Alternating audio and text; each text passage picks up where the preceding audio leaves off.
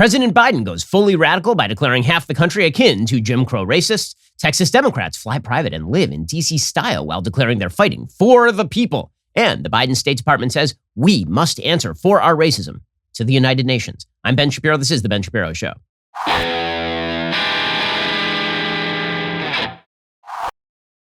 The Ben Shapiro Show is sponsored by ExpressVPN. Your data is your business. Protected at expressvpn.com/Ben. We'll get to all the news in just one moment. First, here is your reminder that on July 4th, we declared our independence from taxation from a government an ocean away. Today, our government is the government that is imposing heavy-handed and oppressive taxes while at the same time sending our wealth overseas, driving the value of the dollar into the ground through reckless spending. Now would be an excellent time to protect your savings and declare your financial independence for your savings. Cut your ties to the U.S. dollar. Invest in gold and silver with the Birch Gold Group. If you haven't reached out to Birch Gold to diversify part of your IRA or 401k into a precious metals IRA, go ahead and do it today. Text Ben to 474747. Get a free information kit on protecting your savings with gold. I buy my gold from Birch Gold. They have an A+ rating with the Better Business Bureau, countless 5-star reviews, over 10,000 happy customers. Talk to them, have them help you safeguard your investments. Text Ben to 474747. Claim your free information kit. Speak with a precious metals expert on holding gold and silver in a tax-sheltered account. Again, text Ben to 474747 and protect your savings today. Get started with my friends over at Birch Gold. You should take at least a little bit of your savings and diversify against the possibility of massive inflation, which we are already seeing, or the possibility of massive deflation too. I mean, gold is a hedge against all forms of economic volatility. Go check them out right now over at Birch Gold. Text Ben to 474747 right now. Protect your savings today. Alrighty, so the Democrats are beginning to get desperate. And the reason they're getting desperate is because it looks more and more like 2022 is going to be a wave election for the Republicans, which always seems to come as a shock to Democrats and members of the media, who since 2012 have declared to themselves that the political argument in the United States is essentially over.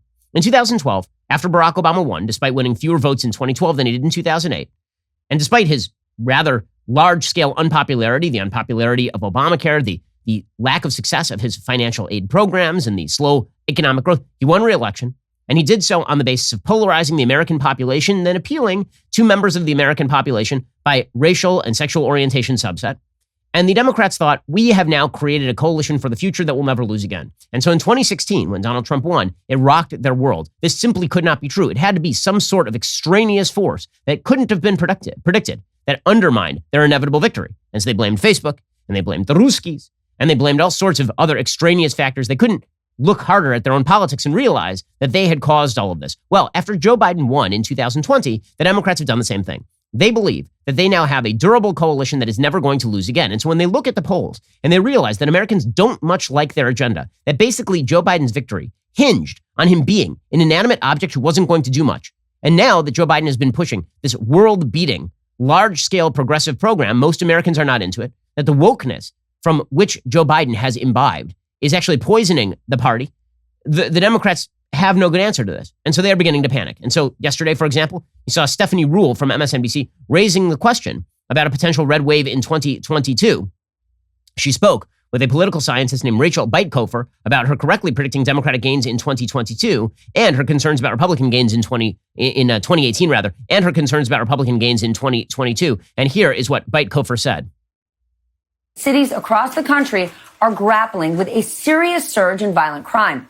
Now, Republicans, like former President Trump, are seizing on that and trying to tie Democrats and their defund the police messaging to heading into next year, claiming that messaging is the reason for this spike in crime. It's very bad news for Democrats with a razor-thin House majority and a tie in the Senate. If Democrats do not fight back, what are the odds of a red wave? They're excellent. Okay, so the odds of a red wave are excellent. And Democrats know this, right? Joe Biden knows this. And he knows that basically after 22, his presidency is over. Because if the Republicans win back the House in 2022, he no longer has any ability to pass any of this giant legislation he wishes to push. He understands that he is probably a one-term president because he is fading and fading quickly. His daily battles with the teleprompter are simply taking it out of the old man. And this is a problem for the Democrats because waiting in the wings is the least charming politician in modern America, Kamala Harris, who makes Hillary Clinton look like Cary Grant in terms of charm. And so the fact that you've got a party that is sort of on the ropes, but in control of all of the major levers of the government, leads the Democrats to some pretty outrageous maligning of their political opposition. They can't simply push forward their own agenda because their own agenda is not particularly popular. Instead, they have to claim that everybody on the right is a racist, a sexist, a bigot, a homophobe. They've been doing this for years, but now they have ratcheted into high gear. Joe Biden, a man who was elected, as he said in his inaugural address, to unite America. He was a president for all Americans, the ones who voted for him and the ones who didn't vote for him. He was a president for everyone. He was going to bring the country together around shared values. Well, now Joe Biden has declared that if you are for voter ID, or if you don't like universal mail-in voting, or if you don't think that the state government should send people absentee ballots without them actually having to apply for an absentee ballot, well, this means that you're basically akin to a Jim Crow racist. And not just that, anyone who promotes these policies is inherently tied to the droogs and idiots who decided to storm the Capitol building on January 6th. And so the rallying cry for the Democrats has been January 6th. Now, you may notice that January 6th, which was, again, a bunch of idiots taking President Trump's words and then using them as batons to wield against actual police officers, literal batons to wield against actual police officers, invading the Capitol building. You may notice that the 100 million Americans, 150 million Americans who agree generally with conservative policies were not involved in that. You might have noticed that. But for Democrats, you have to link the outrageous to the fully sane, because that way you can treat the fully sane as outrageous. And so this is what Joe Biden busily did yesterday. Joe Biden gave a speech yesterday that was the most polarizing of his presidency thus far, which is saying quite a lot, because he has already declared that if you want to pass voter ID, this means that you are a Jim Crow racist. You remember, he said this over and over and over with regard to this Georgia voter law, which was actually more permissive with regard to voting than Joe Biden's home state of Delaware. Well, Joe Biden did another speech yesterday in which he suggested once again that you need to vote Democrat not because they are going to propose good policies, not because they're going to fix any of your problems. You need to vote Democrat because the other guys are Jim Crow racists who want to bring us back to the Civil War. Now, if you believe this, I have to say you're an idiot. If you truly believe that Republicans in places like Arizona and Georgia and Texas are trying to disenfranchise black people, I would love to see a shred of evidence, like any shred of evidence, that this is the intent or the real impact. Because the fact is, the black population in the United States has been voting in very large numbers. The reason that Raphael Warnock is in the Senate in Georgia is because black Americans voted in large numbers. The reason that Barack Obama was elected not once but twice is because of heavy black turnout. So the notion that black people are having their votes suppressed by the evil Republican Party is just it's unmoored from reality. The same people who claim that it's utterly insane for Republicans to be doing vote audits with regard to the 2020 election promote their own form of conspiracism when they suggest that Republican voter ID laws are going to disenfranchise black people by the hundreds of thousands or millions. But that's exactly what the President of the United States is claiming. And he is linking that to the people who decided it would be a great idea to storm the Capitol building and threaten legislators. Again, without evidence. So here is Joe Biden labeling half the country the enemy, essentially. There's an unfolding assault taking place in America today, an attempt to suppress and subvert the right to vote and fair and free elections, an assault on democracy, an assault on liberty, an assault on who we are as Americans. We're facing the most significant test of our democracy since the Civil War. That's not hyperbole. Since the Civil War. That's not hyperbole. He is using that's not hyperbole the way that most other people who are idiots use the word literally. Now, usually when your friend says literally, they mean not literally. When Joe Biden says this is not hyperbole, and then he proceeds to explain that voter ID laws in states like Texas, Arizona, Florida, and Georgia, that these are the worst threat to democracy since the Civil War. That is the dumbest thing I have heard, at least for the last 7 minutes, from Joe Biden. It is impressively stupid. No need to go through the, century-long history of Jim Crow where black people were actively disenfranchised in states across the country, where black people were told that they had to pass literacy tests in order to vote, that they had to be poll taxed in order to vote. When black people were actively pushed out of voting booths, when their families were threatened if they voted. No, this is just like that, according to Joe Biden. It's the worst threat since the Civil War. That's nuts. It's crazy. And it's not just that that's crazy. It's vicious because he is labeling half the country who simply want to see voter procedures shored up and who have serious questions about the conduct in the last election. By the way, I don't think you have to think the last election was stolen to have serious questions about why it was, for example, that the Pennsylvania Supreme Court decided to simply overrule the Pennsylvania state constitution and rewrite voter law in Pennsylvania. I don't think you have to think that the last election was stolen or that Donald Trump was the actual winner in order to wonder about the veracity of large-scale mail-in balloting as a trustable form of voting, generally speaking. You can mitigate risks without having to say that the last election was stolen. But Joe Biden wants to tie all this stuff together. and wrap a bow on it, and then say that his political opponents are exactly the same kinds of people who are rushing the Capitol building. So here is Joe Biden continuing along this path again. He's lumping together everybody who agrees with voter ID, which, by the way, is more than half the country. And if you take polls, more than half of black Americans agree with voter ID. He's lumping together all these people with people who stormed the Capitol building, and then also with Confederates, apparently. Here is Joe Biden labeling more than half the country, again, the enemy. In America, if you lose, you accept the results. You follow the Constitution. You try again. You don't call facts fake and then try to bring down the American experiment just because you're unhappy. That's not statesmanship. That's selfishness. That's not democracy. It's the denial of the right to vote. Okay, I have to say that there is something truly maddening about the fact that Joe Biden goes out there and gaslights like this.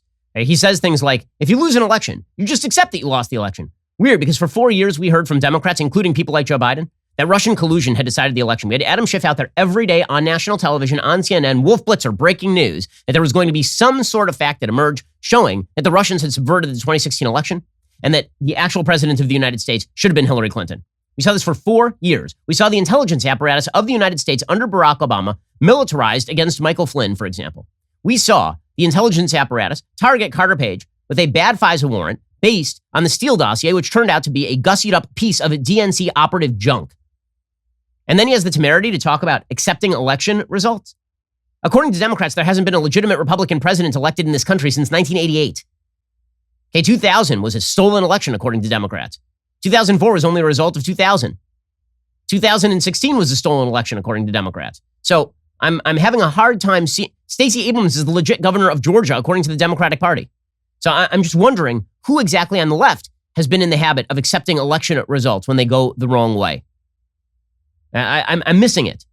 It seems like this is a problem that seems to be spanning all parties because respect for American institutions has hit the toilet in the last decade particularly.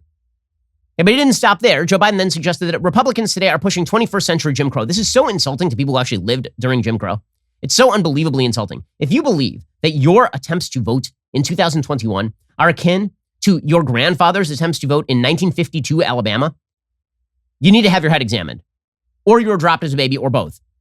Here is Joe Biden saying a morally egregious thing, and the media is just going along with this. I'm noticing that there are not any sort of chyrons from CNN about how this isn't true, even though it is quite clearly not true. Here is Joe Biden saying a quite clearly untrue and morally benighted thing. This year alone, 17 states have enacted, not just proposed, but enacted, 28 new laws to make it harder for Americans to vote. Not to mention, and catch this, nearly 400 additional bills Republican members of the state legislatures are trying to pass. The 21st century Jim Crow assault is real. It's unrelenting.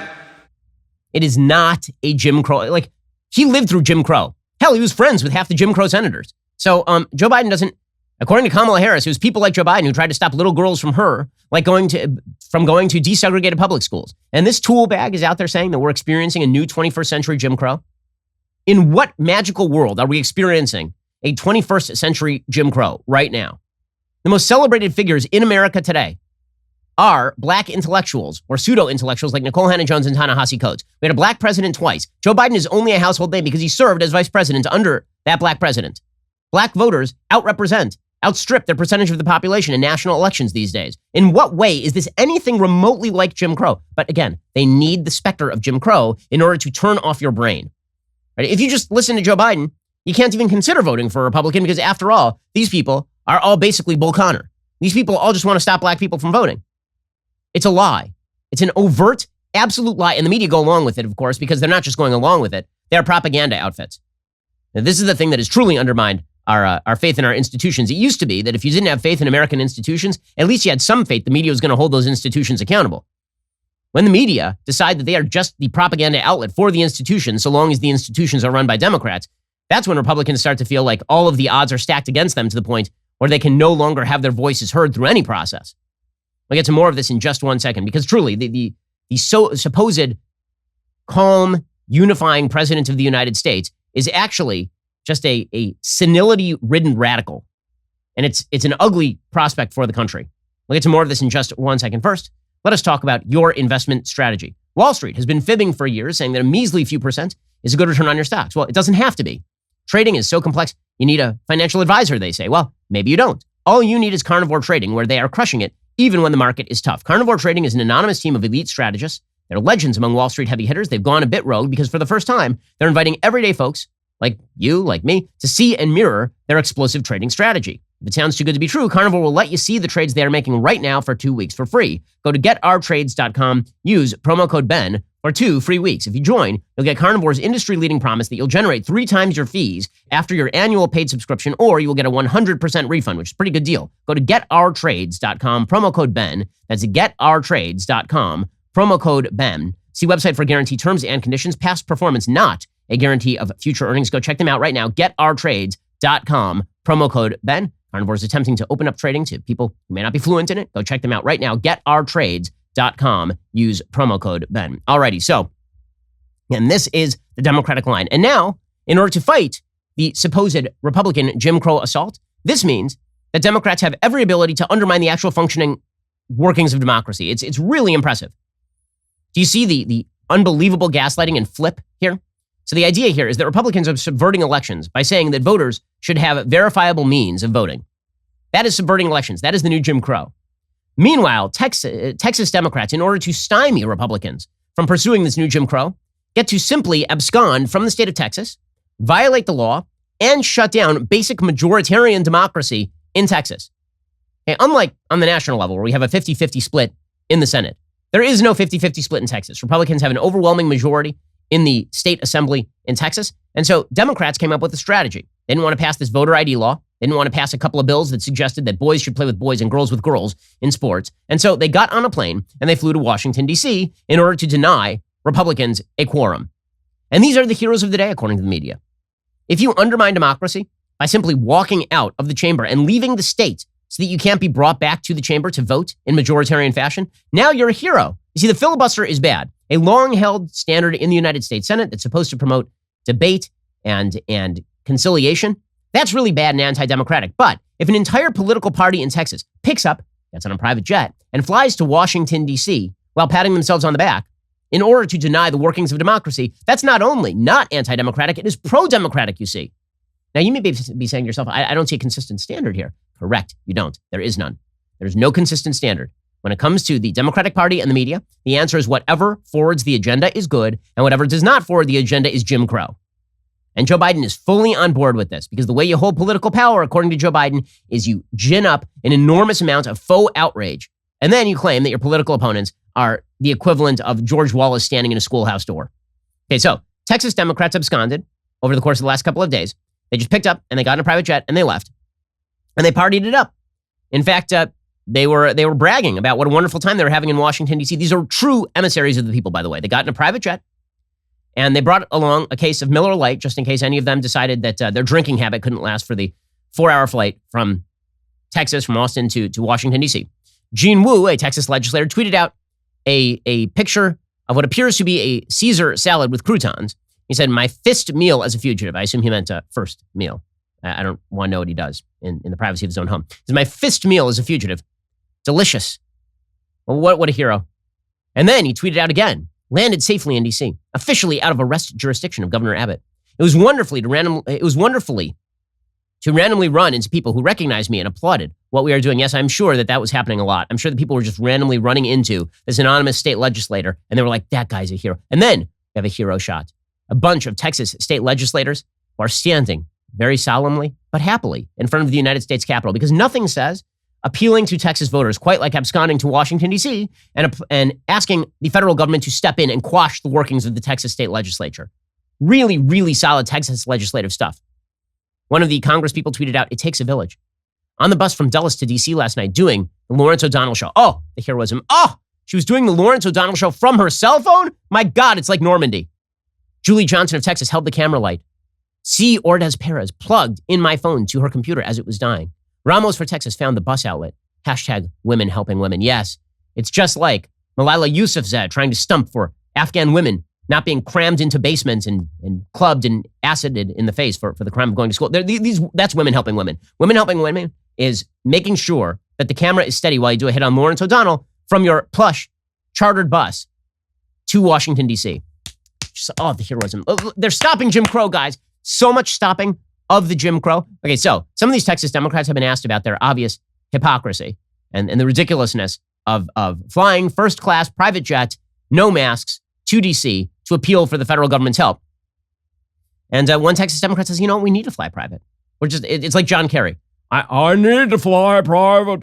I can't. I'm important. I can't fly with the peasants. The peasants smell and have chickens.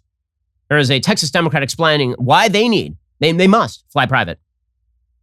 When you break a quorum, you want to be successful. So I think everybody wants to see, 51, 52, 55 Democrats on the same plane. That's reassuring. Number two, to get a flight out of town at a time certain with, getting everybody to come in from across the state, you need to fly privately. And as you can see from the picture, we're talking about using the same kind of plane that the public uses every day. There's no fancy couches or anything like that. This was just a regular plane that moved us from one state to another. Well, they needed to, because they needed the reassuring picture of all of the Texas Democratic legislators fleeing the state. The sort of self-congratulatory nature of this, that's just the beginning. Texas Democrats then, in one of the most cringeworthy political videos of the last couple of years, they gathered together to sing "We Shall Overcome." Like the civil rights anthem, "We Shall Overcome." Because it turns out that stumping against voter ID and making sure that biological boys can play against girls, and then absconding from the state in order to ensure that, requires you to sing civil rights marching songs as though you are Martin Luther King in Selma. These people are a joke.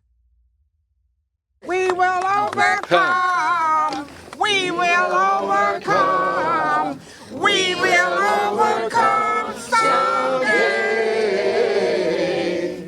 Deep in our heart, I do believe we will overcome someday.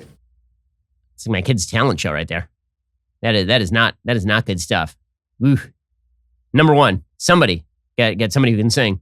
Number two, I'm noticing usually when people do civil rights marches and they sing things like "We Shall Overcome," I'm noticing an awful lot of lack of anyone giving a crap. And see, the difference between Selma and that is, the dogs, the hoses, the armed police. Here, it's just a bunch of Texas Democrats standing there, and their arm has stretched 3 inches from their inability to pat themselves on the back properly without an actual physical arm stretching. Unbelievable stuff. Okay, we'll get to more of this in just one second. Because again, these people are fighting Jim Crow. They're fighting the worst excesses we have seen since the Civil War, said every idiot in the media. First, let us talk about a truly meaningful gift. If you want to give a truly meaningful gift, you need to try paintyourlife.com. You can get a professional hand-painted portrait created from any photo at a truly affordable price. You can choose from a team of world-class artists and work with them until every detail is perfect.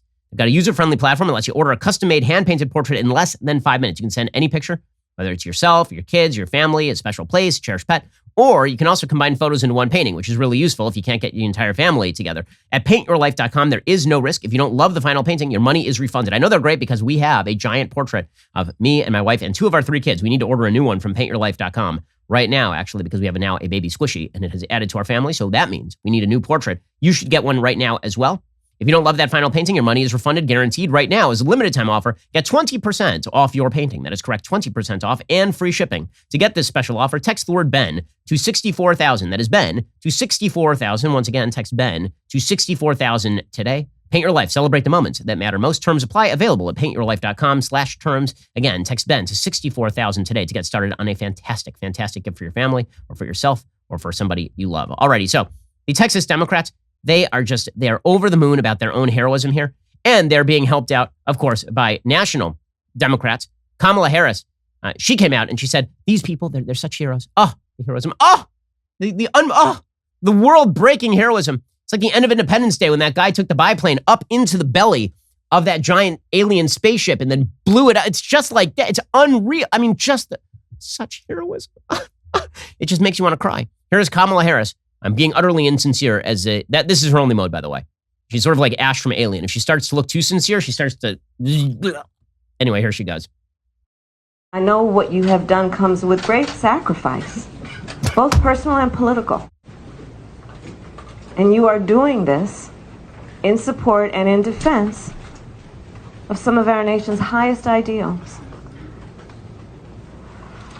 Reporters ask me, well, what do you think about the issue? I said, look, defending the right of the American people to vote is as American as apple pie. And then she's like on the verge of laughing. You can never tell whether she's on the verge of laughing, which it makes things very awkward and weird. Like, what's she gonna do? I don't know what's happening here. I do love her line there. The sacrifice you are undertaking. Oh, the unbelievable sacrifice of being booked on Lawrence O'Donnell and somebody having to plug in your phone so it doesn't run out of battery. The incredible sacrifice of being welcomed by the Vice President of the United States and then heaped with praise. It's like Jesus on the cross. It's like these offerings that were offered in the temple. I mean, it's the incredible sacrifice. It's like the men of World War II storming beaches at Normandy. I've never seen, it's like the civil rights marchers willingly being beaten in the streets for their beliefs. That's you getting on a private jet, eating a crouton salad, and then sitting with Kamala Harris while she talks about how wonderful you are. The sacrifice. My mind-shattering. Galaxy brain sacrifice there from these Texas Democrats.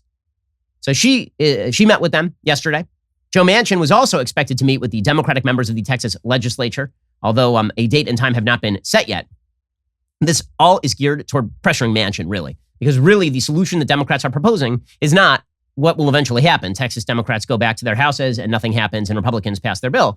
Instead, what they are attempting to do is leverage Joe Manchin into passing the For the People Act, which is this garbage federalization of all voting policy, including mass ballot harvesting, including outlawing voter ID in the original iteration. What they want is for Joe Manchin to throw out the filibuster, and so they're going to try and pressure him with all of these dumb tactics.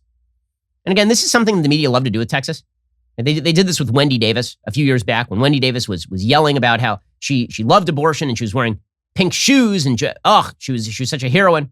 And then she ran for governor and just got absolutely swamped by Greg Abbott. It's the same thing with Texas Democrats. Meanwhile, the Texas governor says, I can't just arrest you. And if you come back here, I can't arrest. And by the way, he does have the legal ability to arrest them. Okay, under Texas law, the rule is that you can basically go compel legislators to show up because they understand that this is sort of a problem, that if you're denied quorum, it stops all of the business. According to House rules adopted at the beginning of the regular session, according to the Texas Tribune, 2/3 of the 150-member chamber must be present to conduct business. When the House is in session, legislators can vote to lock chamber doors to prevent colleagues from leaving and can order law enforcement to track down lawmakers who have already fled. If a quorum is not present when the House convenes, any House member can move to make known what's known as a call of the House to, quote, secure and maintain a quorum to consider a certain piece of legislation, resolution, or motion under chamber rules. That motion must be seconded by 15 members and ordered by a majority vote. If that happens, the missing Democrats become legislative fugitives. It's just like, they're such heroes, like Harrison Ford. They're going to throw themselves over a waterfall while Tommy Lee Jones goes, I don't care. The House rules say, all absentees for whom no sufficient excuse is made may, by order of a majority of those present, be sent for and arrested, wherever they may be found, by the Sergeant-at-Arms or an officer appointed by the Sergeant-at-Arms for that purpose. Their attendance shall be secured and retained. The House shall determine on what conditions they shall be discharged. Now, it's difficult to compel Democrats to show. The reason they fled the state is because it's difficult to send, like, the Texas Rangers over to Washington, D.C. to pick up these ridiculous Texas state legislators. The House voting bill is passed by the committee over the weekend would rein in local voting initiatives like drive-through and 24-hour voting, because as it turns out, 24-hour voting is very difficult to keep tabs on. It would further tighten the rules for voting by mail, bolster access for partisan poll watchers, and ban local election officials from proactively sending out applications to request mail-in ballots. Okay, so that is where things currently stand. Meanwhile, the Texas state Democrats are so obnoxious. Just on an objective level, they are obnoxious. Texas State Representative James Tallarico tweeted out this. He tweeted out, come and take it. He said, here's my response to Governor Abbott saying he's going to arrest us. Come and take it. Oh, come and take it. And what a hero, James. Such heroism. Mitch McConnell Riley pointed out, I've noticed that you guys are suddenly very concerned about legislative minority rights. You're the same people who want to wreck the filibuster on the federal level. So that's weird. I've noticed that the Democrat minority in the Kentucky, in the Texas legislature is up here today, and I think it's quite interesting to see the Democratic majority in the Senate concerned about minority rights in the state Senate in Texas. I guess if you live long enough, you'll see almost anything around here. True enough. But again, this is all part and parcel of the broader Democratic push, which is going to fail, by the way, because Americans don't believe this. They do not believe that we are on the verge of a new Jim Crow, because we aren't. They don't believe that Republicans are attempting to widely suppress the vote, because they're not. And there's no evidence of that. And so if this is the best Democrats can do, they're going to get swamped. And the reason they're going to get swamped is because they suck at this. It turns out that standing athwart the government and shouting at Donald Trump is a lot more lucrative politically than actually having to run the country. And Democrats have been focused on blowing out the budget and backing woke movements that are anti-American in orientation. We'll get to that in just one second, because the Biden administration foreign policy is really heading down a pretty ugly path right now, like a seriously ugly path right now. We'll get to that in just one second. First, let us talk about the fact that if you are a responsible human being, you need to make sure that your family has life insurance. If you're walking across the street and you get hit by a tractor trailer, you need to make sure that your family is at least financially okay. And that is why life insurance is necessary. But most people get life insurance through word of mouth. This is a dumb way to get life insurance. You should competitively shop it like you do everything else. You can do that at PolicyGenius.com. PolicyGenius makes it easy to compare quotes from over a dozen top insurers all in one place. Why compare? Well, you could save 50% or more on life insurance by comparing quotes with PolicyGenius. You could save $1,300 or more per year on life insurance by using PolicyGenius to compare policies. The licensed experts at PolicyGenius work for you, not the insurance companies, so you can trust them to help you navigate every step of the shopping and buying process. That kind of service has earned PolicyGenius thousands of 5-star reviews across Trustpilot and Google. Eligible applicants can get covered in as little as a week thanks to an award-winning policy option that swaps the standard medical exam requirement for a simple phone call. This exclusive policy was recently rated #1 by Forbes, higher than options from Ladder, Ethos, and Bestow. Getting started is simple. First, head on over to PolicyGenius.com/Shapiro. In minutes, you can work out how much life insurance coverage you need and compare personalized quotes to find your best price. When you're ready to apply, the PolicyGenius team will handle the paperwork and the scheduling for free. PolicyGenius never sells your information to other companies, and they don't add on extra fees. Head on over to PolicyGenius.com/Shapiro to get started right now. PolicyGenius, when it comes to insurance, it's nice and important to get it right. Alrighty, we'll get to more on this in just 1 second. First, this week we saw a man dressed as an over-sexualized rainbow monkey employed by a library to teach children to read. Yes, good times. Even worse than this is the normalization of such events by the left. It's a symptom of the culture we are living in, and I explain why in my new book, The Authoritarian Moment. In it, I help people understand as much as they can about how we reach this point, how we can all begin to fight back. Here's the thing. If you're a conservative, even a moderate in American society, even if you're a moderate liberal in American society, you feel it. We all feel it. We feel that there is this extraneous, exorbitant pressure from the major institutions of our society to agree. And if you don't celebrate ridiculous things like rainbow monkeys teaching your children, then you'll be destroyed. They will cast you out into the cornfield. There's something wrong with you. The institutions of the United States have been renormalized and weaponized against traditional values. How that happened, that's the subject of my new book, The Authoritarian Moment. And more importantly, the book is about how to fight back against that. It's a really important book. It's now available for pre-order at Amazon, Barnes & Noble, or any other major bookseller, so go get your copy right now. Also, if you know Candace Owens, you know she's always got something interesting to say, and if you know her show, you can know pretty much anything can happen, like last night's interview with UFC fighter Beneil Dariush, where they examine his love for America and his stand against the Marxist ideology that affected his family. The episode dropped last night. Be sure to go check it out right now. Watch Candace on demand right now. If you haven't subscribed yet, we're giving 25% off new memberships with code Candace at dailywire.com/subscribe. And make sure you grab the audio podcast on Apple, Spotify, or whatever your platform of choice may be. You're listening to the largest, fastest growing conservative podcast and radio show in the nation.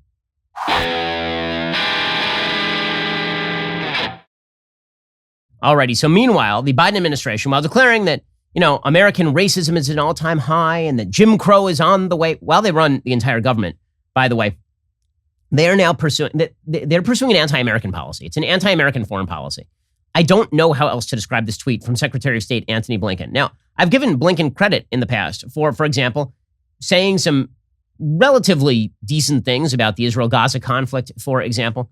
I've given Blinken and the foreign policy team some credit for the things that Joe Biden said with regard to Vladimir Putin. But this is truly egregious. And the fact that it's been largely overlooked by the media is insane to me. So he tweeted this out. I completely missed this until one of my producers made me aware of it this morning. It's wild. Secretary of State Blinken tweeted this, quote, "Responsible nations must not shrink from scrutiny of their human rights record. Rather, they should be transparent with the intent to grow and do better. That is why I'm announcing a formal invitation for the UN Special Rapporteur on Contemporary Forms of Racism to visit the United States." This is patently mad. I mean, it's crazy. The United Nations is the Mos Eisley of international politics. It is a wretched hive of scum and villainy. The notion that we should have auditors from Sudan and China and Russia and Malaysia and all of these other countries that can't hold a candle to us in terms of human rights come and audit domestic American racism. It's a political tool by Antony Blinken, which so often foreign policy is to Democrats. Right? This is why Barack Obama, in his very early days, before he was even president, did a European tour. A lot of people in the United States were saying to themselves, why is Barack Obama, a senator in the United States, running for the American presidency, attempting to go abroad and do speeches in like Berlin and Paris? And the answer is because what Democrats really wish to do is suggest that other countries, their opinions ought to matter with regard to domestic American politics. The rest of the world is judging us. It's sort of Greta Thunberg syndrome writ large. They're judging you. They're judging. And so Antony Blinken literally wants to have members of the UN come and judge American racism. That's pathetic and it's anti-American. No one has the moral stature to come into the United States, the most racially diverse place on earth, most racially diverse democracy on planet Earth, and most racially tolerant diverse democracy on planet Earth, by the way, and then start lecturing us on how racist we are. And the fact that this administration is welcoming them in, they're welcoming them in the same way that the Department of Justice under Merrick Garland is going to go into police departments and simply make up reports about how police departments are racist and then cram down consent decrees. The idea here will be the UN issues a report on how terrible and racist America is. And there it is magically. The only way to alleviate this deep and brutal and abiding racism is to do all the things that Joe Biden wants to do. So Joe Biden and Antony Blinken can't convince you that America is racist and terrible. So they will bring in international institutions to call America racist and terrible and deride the United States on the international stage so that they can say we need to do all the things we already wanted to do because after all, the world expects it of us. It's not who we are. It's so shameless and it's so yucky. Okay, the reality is that, as I talked about on the show yesterday and the day before, to most people who are seeking freedom on planet Earth, the United States is the place you go. The United States is the place you go for racial tolerance. The United States has a higher household income for Nigerian Americans than does for white Americans, has a higher household income for Asian Americans than for white Americans. For a supposedly white supremacist country, we're doing a horrible job of it here in the United States. And yet, the continuous push from the Democrats is that America is deeply racist, and the whole goal here is to mobilize minority voters who supposedly are going to fight the revanchist Republican racism that inevitably will fall, despite the fact that, again, it does not exist, and it is very silly. Now, all of this is part and parcel of treating American foreign policy as basically a domestic political weapon. It's not about spreading American values abroad. It's not about liberating people. It's not about ensuring a safer and more secure world for American interests. It's not about any of those things. It's about forwarding democratic domestic political interests. It's all wag the dog crap. It is all about doing things that benefit the Democrats politically, domestically.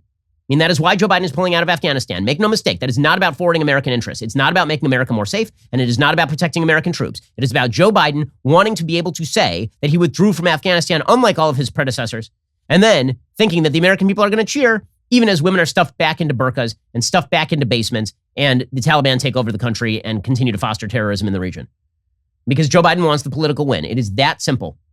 And now, when Secretary Blinken is welcoming in UN special reporters to talk about American racism, you know how much I care about what the UN has to say about anything having to do with morality? This turd bucket of an organization. I could not care less what the UN has to say about anything. The UN is a despicable dumpster fire of an organization where we're supposed to take seriously countries like Yemen on human rights. No. The answer should be, by any patriotic president and any patriotic administration, no. But instead, we're actively seeking out the opinions of the UN on American racism, which, of course, is designed solely to create pressure domestically. And meanwhile, speaking of people we apparently refuse to judge, the Iranians, right? The Biden administration has been desperate to make a nuclear deal with the Iranians. Again, not because the United States under Biden believes that it's in our best interest to make a nuclear deal with Iran. No, it's all about domestic political consumption. It's about the idea that he gets a win for somehow putting his name on a piece of paper, even if he's Neville Chamberlain and the mullahs are Hitlerian. Put his name on a piece of paper and he gets the diplomatic win. And this is what Barack Obama did. And he signed an Iran nuclear deal, and then it was touted by the media as a big win, even though it actually fostered Iranian terrorist regime power in the region. Well, now we have a story. And you'll notice the discrepancy between how the media covered this story and how the media covered, for example, the Saudi killing of Jamal Khashoggi, who was a Muslim Brotherhood associated journalist who would write for the Washington Post. You remember that Jamal Khashoggi was murdered at the Saudi embassy in Turkey. And this became an international scandal, and it caused a rift between the United States and the Saudi administration. The media were really pushing that rift hard. Well, now we have news that Iranian operatives planned to kidnap a Brooklyn author. So the Iranians were trying to kidnap an Iranian-American journalist living in Brooklyn, according to the New York Times, who's been a sharp critic of the Iranian government and was the target of an international kidnapping plot orchestrated by an intelligence network in Iran, according to federal prosecutors. In an indictment unsealed in federal court in Manhattan, 4 Iranians were charged with conspiring to kidnap the journalist and author Masih Alinejad.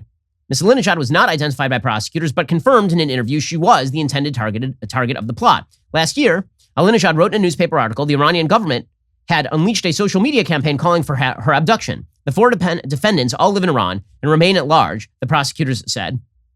A fifth defendant, accused of supporting the plot but not participating in the kidnapping conspiracy, was arrested in California.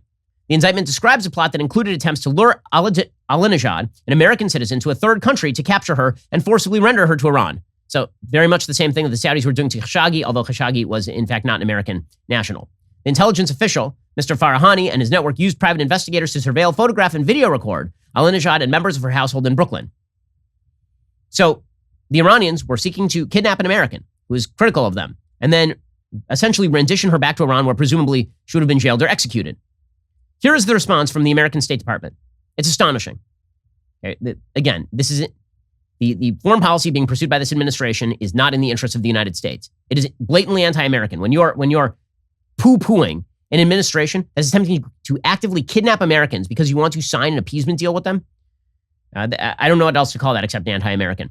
Here is the State Department statement. You ready? Quote, the Iranian government continues to deny Iranians their rights, including through severe restrictions on the rights to peaceful assembly, freedom of association, freedom of religion or belief, and freedom of expression. The Biden administration will continue to call out and stand up to Iran's human rights abuses and will support others who do so, both here and in Iran. This is a law enforcement matter, and we refer you to the Department of Justice for any further inquiries. Oh, is it a law enforcement matter? Because it seems to me it's an international relations matter. When a foreign country attempts to abduct an American citizen critical of them, it seems that might implicate our foreign policy. But you see how the Biden administration wants to sever any connection between their appeasement of Iran and Iran attempting to abduct an American citizen. These are the same people, by the way, who are endlessly critical of the Saudi regime for what they did to Khashoggi, and largely correctly so. But when it comes to Iran, suddenly they've lost all willpower to link this to foreign policy at all.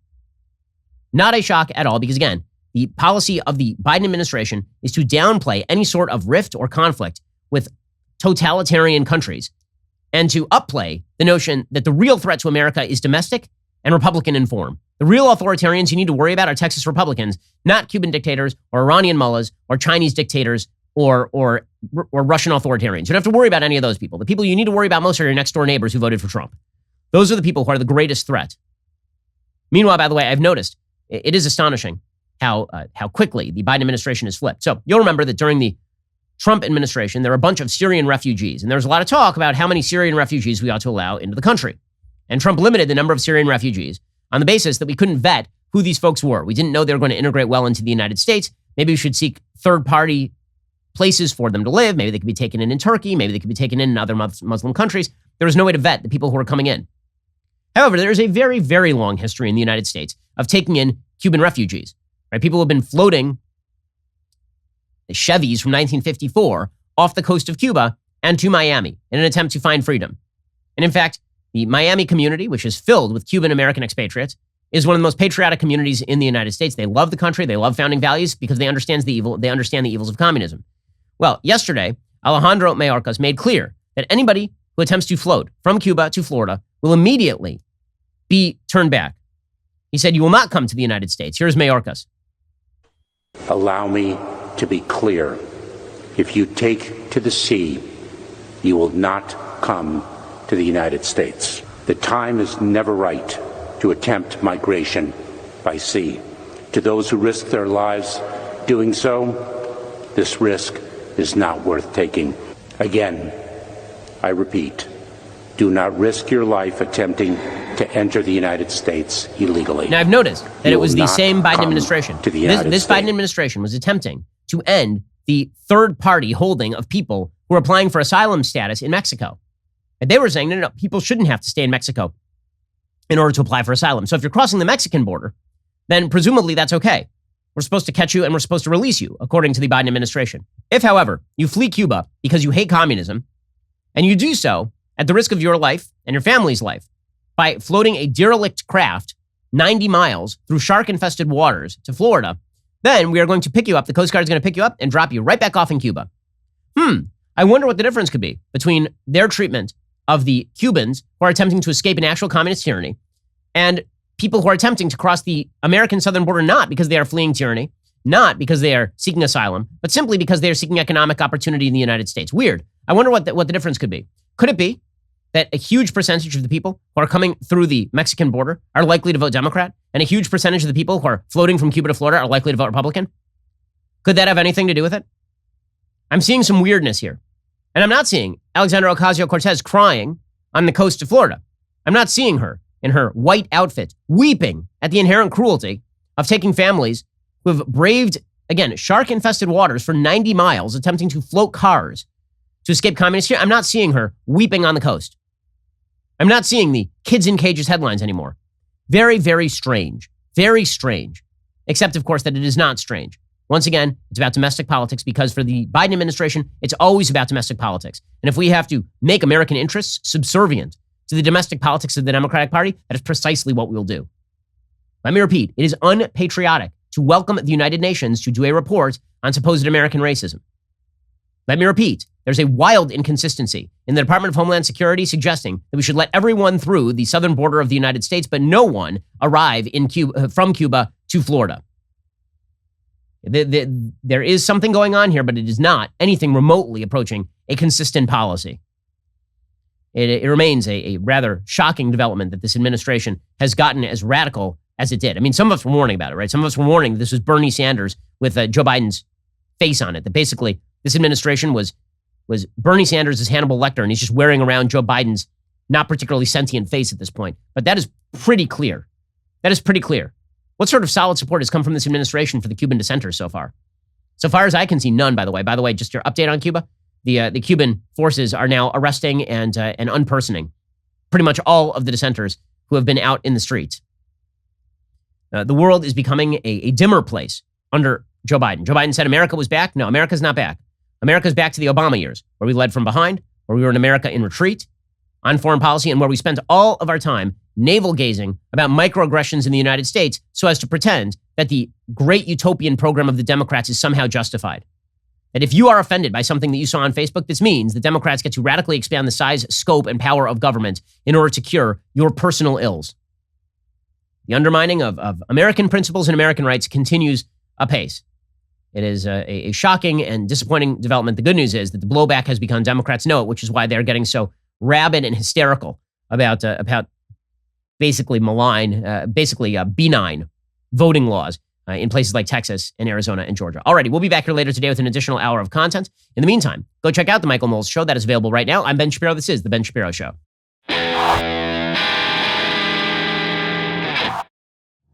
The Ben Shapiro Show is produced by Elliot Feld. Executive producer, Jeremy Boring.